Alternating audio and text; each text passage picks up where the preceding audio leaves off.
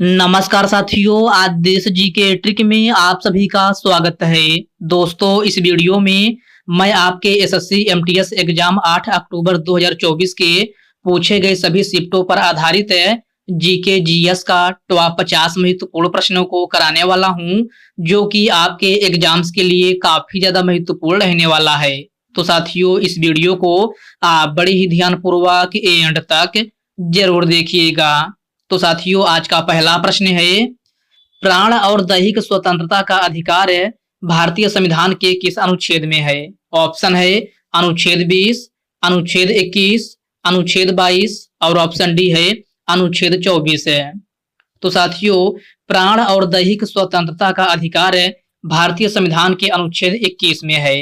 Right answer option B हो जाएगा अनुच्छेद 21 है। नेक्स्ट क्वेश्चन है, वायसराय की कार्यकारी परिषद में सम्मिलित होने वाले प्रथम भारतीय कौन थे? इसका ऑप्शन है सत्येंद्र प्रसाद सिन्हा, राम प्रसाद बिस्मिल, जवाहरलाल नेहरू और ऑप्शन डी है बाल गंगाधर तिलक। तो साथियों, वायसराय की कार्यकारी परिषद में सम्मिलित होने वाले प्रथम भारतीय सत्येंद्र प्रसाद सिन्हा थे। राइट आंसर ऑप्शन ए हो जाएगा Satyendra Prasad Sinha. Okay friends, next question है, किस मुगल बादशाह ने सिजदा या पैबोस करने की प्रथा को समाप्त कर दिया था? तो साथियों, सिजदा या पैबोस करने की प्रथा को बलबन ने समाप्त किया था। किसने? बलबन ने। इस प्रश्न का राइट आंसर ऑप्शन सी हो जाएगा। अगला प्रश्न है, रानी की वाव जो कि यूनेस्को की विश्व विरासत स्थल सूची में है, कहाँ स्थित है? इसका ऑप्शन है कर्नाटक, झारखंड, महाराष्ट्र या फिर ऑप्शन डी है गुजरात। तो साथियों, रानी की वाव जो कि यूनेस्को की विश्व विरासत स्थल सूची में है, यह आपका गुजरात राज्य में स्थित है। कहाँ? गुजरात राज्य में। राइट आंसर ऑप्शन डी हो जाएगा।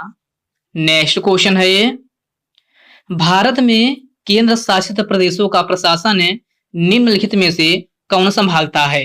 ऑप्शन है प्रधानमंत्री, राष्ट्रपति, लोकसभा अध्यक्ष या फिर ऑप्शन डी है उपराष्ट्रपति। तो मेरे प्यारे साथियों, भारत में केंद्र शासित प्रदेशों का प्रशासन जो है राष्ट्रपति संभालता है। राइट आंसर ऑप्शन बी हो जाएगा राष्ट्रपति। ओके फ्रेंड्स, इसको आप अच्छे से जरूर याद रखिएगा। साथियों, वीडियो में आगे बढ़ने से पहले आपसे एक छोटी सी रिक्वेस्ट है, अभी तक आप वीडियो को लाइक नहीं किए हैं तो वीडियो को लाइक कर दीजिए। और साथियों, अभी तक आप चैनल को सब्सक्राइब नहीं किए हैं तो आप जो है चैनल को सब्सक्राइब करके बेल आइकन को जरूर प्रेस कर लीजिएगा। चलिए साथियों, बढ़ते हैं नेक्स्ट क्वेश्चन की ओर। नेक्स्ट क्वेश्चन आपसे पूछा गया है, सी राजगोपालाचारी किस राज्य में नमक सत्याग्रह का नेतृत्व किए थे? ऑप्शन है तमिलनाडु, राजस्थान, गुजरात या फिर ऑप्शन डी है पंजाब।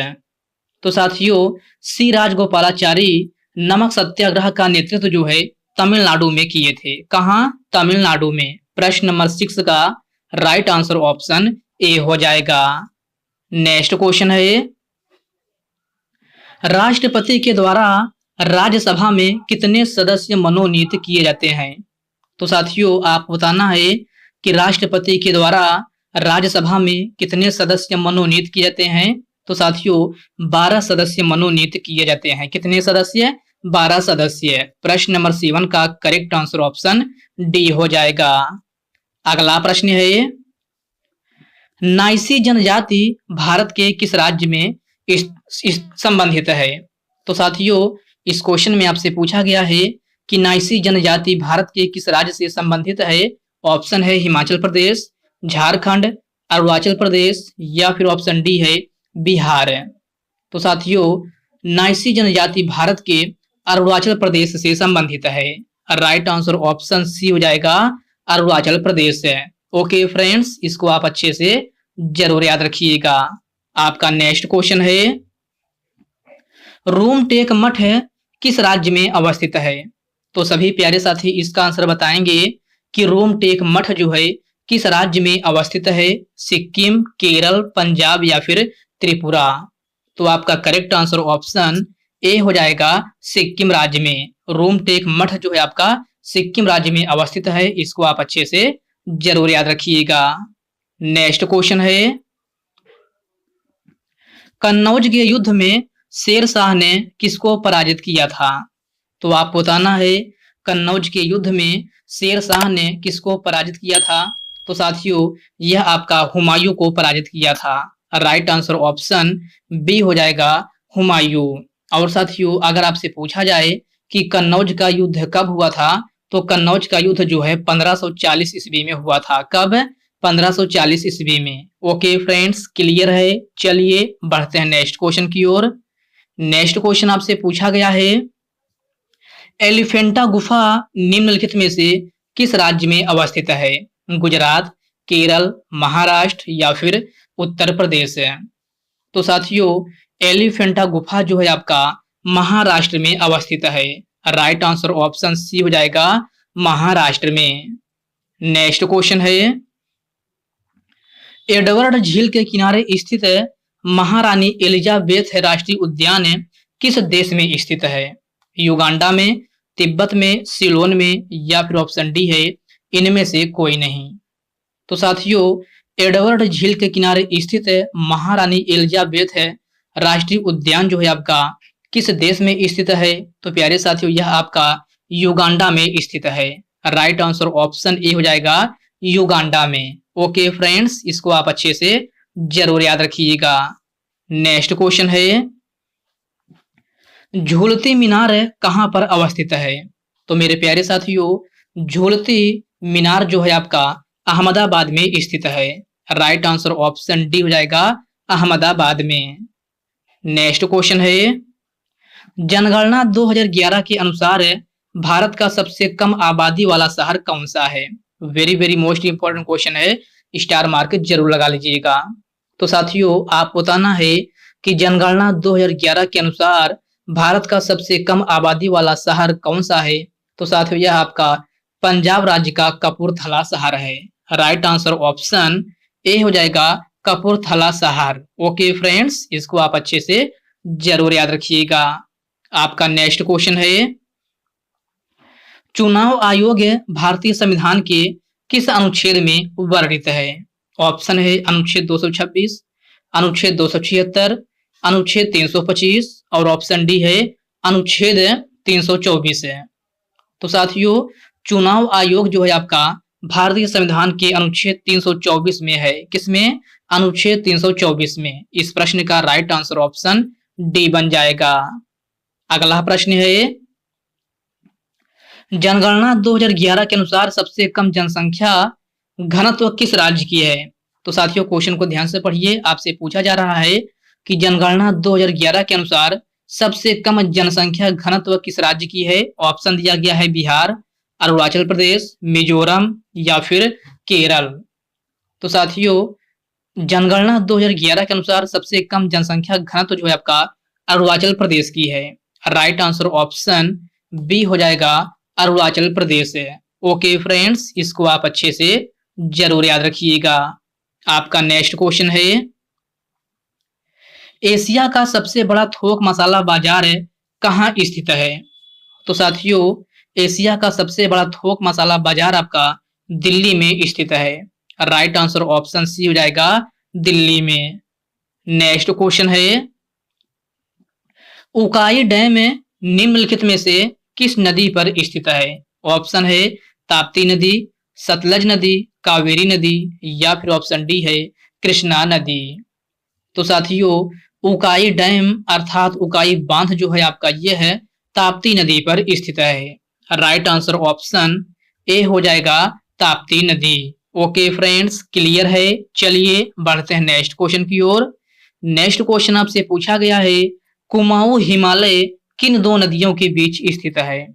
तो साथियों कुमाऊं हिमालय जो है आपका सतलज और काली नदी के बीच में स्थित है। राइट आंसर ऑप्शन बी हो जाएगा सतलज और काली नदी के बीच में। अगला प्रश्न है, श्वेतांबर के अनुसार तीर्थंकरों में कौन महिला तीर्थंकर थी? ऑप्शन है मल्लीनाथ, मणिकर्णिका, मीराबाई या फिर ऑप्शन डी है इनमें से कोई नहीं। तो साथियों श्वेतांबर के अनुसार तीर्थंकरों में कौन महिला तीर्थंकर थी? तो साथियों यह आपका मल्लीनाथ थी। राइट आंसर ऑप्शन ए हो जाएगा मल्लीनाथ है, जो कि 19वें तीर्थंकर थी। तो इस पॉइंट को भी आप अच्छे से जरूर याद रखिएगा। अगला प्रश्न है ये, किस मुगल शासक ने सर्वप्रथम राजा की आकृति से युक्त सिक्के चलाया था? औरंगजेब, इल्तुतमिश, जहांगीर या फिर ऑप्शन डी है चंद्रगुप्त मौर्य। तो साथियों आपका करेक्ट आंसर ऑप्शन सी हो जाएगा जहांगीर। अगला प्रश्न है, पानीपत का प्रथम युद्ध कब हुआ था? तो वेरी इजी क्वेश्चन है। पानीपत का प्रथम युद्ध आपका कब हुआ था? तो 1526 ईस्वी में हुआ था। राइट आंसर ऑप्शन बी हो जाएगा 1526 ईस्वी में। अगर डेट पूछा जाए तो याद रखिएगा 21 अप्रैल। कब? 21 अप्रैल 1526 ईस्वी में जो है आपका पानीपत का प्रथम युद्ध हुआ था। ओके फ्रेंड्स, नेक्स्ट क्वेश्चन है, प्रसिद्ध ठुमरी गायिका गिरिजा देवी का जन्म किस शहर में हुआ था? मथुरा में, आगरा में, लखनऊ में या फिर वाराणसी में? तो साथियों प्रसिद्ध ठुमरी गायिका गिरिजा देवी का जन्म जो है आपका वाराणसी में हुआ था। राइट आंसर ऑप्शन डी हो जाएगा वाराणसी में। किस संगीतकार को ग्रैमी अवार्ड से सम्मानित किया गया है? तो साथियों किस संगीतकार को ग्रैमी अवार्ड से सम्मानित किया गया है? तो साथियों यह आपका AR रहमान को सम्मानित किया गया है। राइट आंसर ऑप्शन ए हो जाएगा AR रहमान। दिल्ली के 8 सुल्तानों का शासनकाल किसने देखा था? अकबर, अमीर खुसरो, शिवाजी या फिर अबुल फजल? तो साथियों दिल्ली के 8 सुल्तानों का शासनकाल किसने देखा था? तो अमीर खुसरो ने देखा था। राइट आंसर ऑप्शन बी हो जाएगा अमीर खुसरो। किस संवैधानिक संशोधन द्वारा संविधान के अनुच्छेद 19 में सहकारी समितियां शब्द जोड़ा गया था? तो सभी साथी इसका आंसर बताएंगे कि किस संवैधानिक संशोधन द्वारा संविधान के अनुच्छेद 19 में सहकारी समितियां शब्द जोड़ा गया था? तो साथियों यह आपका 97वां संविधान संशोधन 2011 में जोड़ा गया था। राइट आंसर ऑप्शन ए हो जाएगा 97वां संविधान संशोधन 2011। ओके फ्रेंड्स, इसको आप अच्छे से जरूर याद रखिएगा। आपका अगला प्रश्न है ये, सोनल मानसिंह का संबंध है निम्नलिखित में से किस नृत्य से है? कथक, मणिपुरी, कथकली या फिर ओडिसी? तो साथियों सोनल मानसिंह का संबंध जो है आपका ओडिसी नृत्य शैली से है। राइट आंसर ऑप्शन डी हो जाएगा ओडिसी। ओडिसी नाम से ही लग रहा है यह आपका ओडिशा राज्य का प्रसिद्ध शास्त्रीय लोक नृत्य शैली है। कथकली आपका किस राज्य का है? तो कथकली आपका केरल राज्य का है। मणिपुरी नाम से ही लग रहा है यह आपका मणिपुर का है। कथक आपसे पूछा जाता है तो कथक आपका यूपी का है। कहाँ का? यूपी का। तो इन पॉइंट को आप अच्छे से जरूर ध्यान में रखिएगा। चलिए बढ़ते हैं नेक्स्ट क्वेश्चन की ओर। नेक्स्ट क्वेश्चन आपसे पूछा गया है, शतरंज खेल में कितनी सफेद लाइन होती है? 28, 26, 32 या फिर 34 है? तो साथियों शतरंज खेल में कितनी सफेद लाइन होती है? तो 32 सफेद लाइन होती है। राइट आंसर ऑप्शन सी हो जाएगा 32 है। टोटल पूछा जाए तो टोटल 64 लाइन होती है, जिसमें से 32 सफेद लाइन और 32 काली लाइन होती है। तो इसको आप अच्छे से जरूर ध्यान में रखिएगा। आपका नेक्स्ट क्वेश्चन है, निम्नलिखित में से सबसे कम जनसंख्या वाला राज्य कौन सा है? ये तो वेरी इजी क्वेश्चन है, सबको याद है। सिक्किम, उत्तर प्रदेश, केरल, बिहार, किसका है? तो सबसे कम जनसंख्या वाला राज्य जो है आपका कौन सा है? सिक्किम है। राइट आंसर ऑप्शन ए हो जाएगा सिक्किम। और सबसे ज्यादा पूछा जाए तो आपका सबसे ज्यादा यूपी का है। अगला प्रश्न है, पानीपत का तृतीय युद्ध किसके भी कब हुआ था? तो आपको बताना है यहाँ पर आप जो है कब हुआ था ये लिख लीजिए। पानीपत का तृतीय युद्ध कब हुआ था? ऑप्शन है 1526 में, 1556 में, 1761 में या फिर ऑप्शन डी है 1528 में। तो साथियों पानीपत का तृतीय युद्ध जो है आपका 1761 ईस्वी में हुआ था। राइट आंसर ऑप्शन सी हो जाएगा 1761 ईस्वी में। डेट पूछा जाए तो डेट याद रखिएगा 14 जनवरी। कब? 14 जनवरी 1761 ईस्वी में पानीपत का तृतीय युद्ध हुआ था। ओके फ्रेंड्स, इसको आप अच्छे से जरूर याद रखिएगा। आपका नेक्स्ट क्वेश्चन है, the race of my life है निम्नलिखित में से किसकी आत्मकथा है? सचिन तेंदुलकर, मिल्खा सिंह, अबुल फजल या फिर ऑप्शन डी है इनमें से कोई नहीं। तो साथियों the race of my life है जो है आपका मिल्खा सिंह की आत्मकथा है। किसकी? मिल्खा सिंह की। प्रश्न नंबर 34 का करेक्ट आंसर ऑप्शन बी हो जाएगा। नेक्स्ट क्वेश्चन है पेमेंट विजन 2025 किसने लॉन्च किया है? आरबीआई, एसबीआई, पीएनबी या फिर एचडीएफसी। तो साथियों ये आपका करंट अफेयर का क्वेश्चन है। पेमेंट विजन 2025 जो है आपका ये है आरबीआई के द्वारा लॉन्च किया गया है। राइट आंसर ऑप्शन ए हो जाएगा आरबीआई अर्थात रिजर्व बैंक ऑफ इंडिया। अगला प्रश्न है भारतीय संविधान का अनुच्छेद 40 किससे संबंधित है? तो सभी साथी इसका आंसर बताएंगे कि भारतीय संविधान का अनुच्छेद 40 जो है किससे संबंधित है? सामान्य नागरिक संहिता, छुआछूत उन्मूलन, स्वतंत्रता का अधिकार या फिर ऑप्शन डी है पंचायती राज व्यवस्था। तो साथियों भारतीय संविधान का अनुच्छेद 40 जो है आपका पंचायती राज व्यवस्था से संबंधित है। राइट आंसर ऑप्शन डी हो जाएगा पंचायती राज व्यवस्था। सामान्य नागरिक संहिता आपका अनुच्छेद 44 में है, छुआछूत का उन्मूलन आपका अनुच्छेद 17 में है, स्वतंत्रता का अधिकार आपका अनुच्छेद 19 में है। तो इन सभी पॉइंट को आप अच्छे से जरूर ध्यान में रखिएगा। आपका अगला प्रश्न है मानव शरीर की सबसे छोटी इकाई कौन सी है? कोशिका, हृदय, अधिचर्म या फिर पीयूष ग्रंथि। यहाँ पर आप ग्रंथि है। तो मानव शरीर की सबसे छोटी इकाई कौन सी होती है? तो प्यारे साथियों यह आपका कोशिका है। राइट आंसर ऑप्शन ए हो जाएगा कोशिका। पेट की अम्लता को दूर करने के लिए किसका प्रयोग किया जाता है? तो प्यारे साथियों आप बताना है कि पेट की अम्लता को दूर करने के लिए किसका प्रयोग किया जाता है? तो साथियों यह आपका मैग्नीशियम हाइड्रोक्साइड का प्रयोग किया जाता है। राइट आंसर ऑप्शन बी हो जाएगा मैग्नीशियम हाइड्रोक्साइड का। ओके फ्रेंड्स इसको आप अच्छे से जरूर याद रखिएगा। अगला प्रश्न है वॉलीबॉल में खिलाड़ियों की संख्या कितनी होती है? 9, 8, 7 या फिर 6। तो वॉलीबॉल में खिलाड़ियों की संख्या कितनी होती है? तो 6 होती है। राइट आंसर ऑप्शन डी हो जाएगा। नेक्स्ट क्वेश्चन है घनानंद को निम्नलिखित में से किसने पराजित किया था? तो सभी साथी इसका आंसर बताएंगे कि घनानंद को जो है निम्नलिखित में से किसने पराजित किया था? कुमारगुप्त, हर्षवर्धन, चंद्रगुप्त मौर्य या फिर ऑप्शन डी है बाबर। तो साथियों घनानंद को जो है आपका चंद्रगुप्त मौर्य ने पराजित किया था। राइट आंसर ऑप्शन सी हो जाएगा चंद्रगुप्त मौर्य। ओके फ्रेंड्स इसको आप अच्छे से जरूर याद रखिएगा। प्लेइंग इट माई वे नामक पुस्तक के लेखक या लेखिका कौन है? तो आपको बताना है कि प्लेइंग इट माई वे नामक पुस्तक के लेखक या लेखिका कौन है? ऑप्शन दिया गया है मिल्खा सिंह, सचिन तेंदुलकर, दलाई लामा या फिर ऑप्शन डी है युवराज सिंह है। तो साथियों प्लेइंग इट माई वे नामक पुस्तक के लेखक जो है आपका ये है सचिन तेंदुलकर है। राइट आंसर ऑप्शन बी हो जाएगा सचिन तेंदुलकर। ओके फ्रेंड्स इसको आप अच्छे से जरूर याद रखिएगा। आपका नेक्स्ट क्वेश्चन है साथियों नेक्स्ट क्वेश्चन आपका नहीं है इस वीडियो में आपका 42 क्वेश्चन टाइप किया गया है। तो साथियों इस वीडियो मैंने आपको पूरे 42 क्वेश्चन करा दिया है।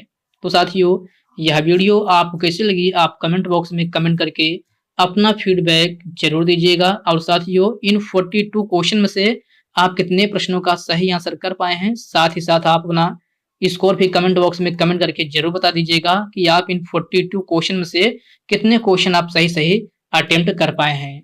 ओके फ्रेंड्स तो साथियों यह वीडियो आपके लिए थोड़ा हेल्पफुल लगा हो तो इस वीडियो को लाइक कर दीजिए, अपने साथियों के साथ शेयर कीजिए। फ्रेंड्स अभी तक आप चैनल को सब्सक्राइब नहीं किए हैं तो प्लीज आपसे रिक्वेस्ट है आप जो है चैनल को सब्सक्राइब करके बेल आइकन को जरूर से जरूर प्रेस कर लीजिएगा।